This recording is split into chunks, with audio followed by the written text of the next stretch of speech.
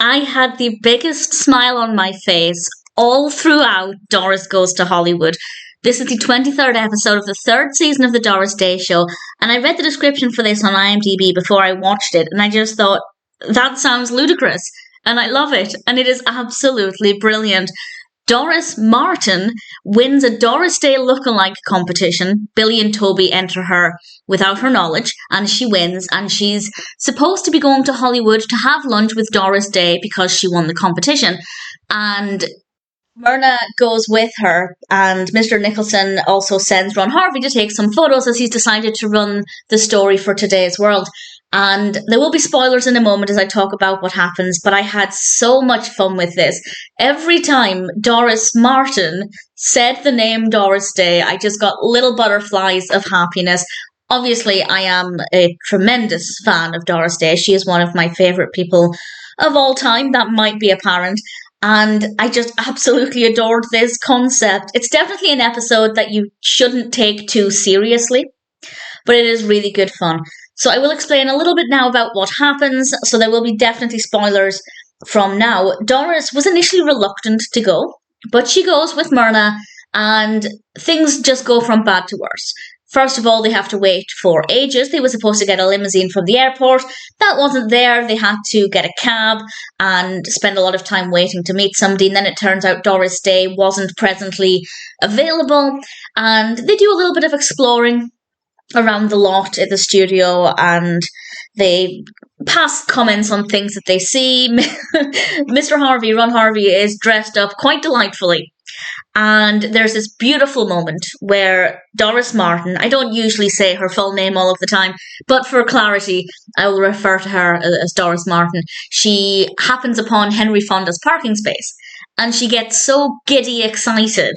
And I just thought, that's how I would respond if I happened upon Doris Day's parking space. It was just absolutely beautiful and so fun. And then Henry Fonda is actually in the episode, very, very briefly, but I wasn't actually expecting that, and I thought that was pretty cool.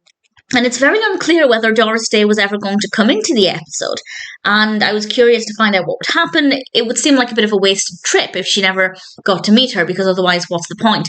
And delightfully, she does meet Doris Day. The performances here are incredible. It happens just after Doris Martin trips into this giant trough of water several times, and she looks absolutely adorable with her hair drenched and clinging to her face. And that's the moment when she meets Doris Day. And Doris Day looks fabulous. The costume choice there was wonderful.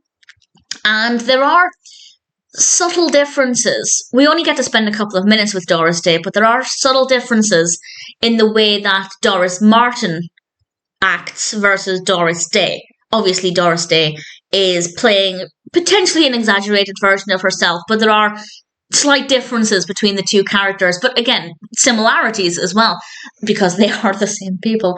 And I just thought it was so much fun and so well done. I also just loved when people were describing Doris Day. Her boys said that she looked like her because she had blonde hair and freckles, which was very cute. There's also a point where they point out somebody, Doris and Myrna point out somebody who is walking dogs, and we learn that this person is walking Doris Day's dogs. And I'd love to know if those were actually her dogs or not, because if you're a Doris Day fan, you'll know that she founded the Doris Day Animal Foundation, which pretty much says it all. On every one of my videos, at least at the time of recording, I actually have a donation box thing for the Doris Day Animal Foundation, so you can donate through YouTube if you wish to donate to the foundation. I make a weekly donation, and I thoroughly recommend you check out what work they do. They do brilliant, brilliant work with pretty much any kind of animal, and it's pretty incredible. And I rather like the fact that they made reference to Doris Day's love of animals here. And as I said, I don't know if they were actually her dogs. Definitely wouldn't surprise me if they were. And I just had so much fun with this episode. Definitely is one to not take too seriously. But at the same time, it's very well done. And I thought it was pretty entertaining. Doris Goes to Hollywood sounded really fantastic.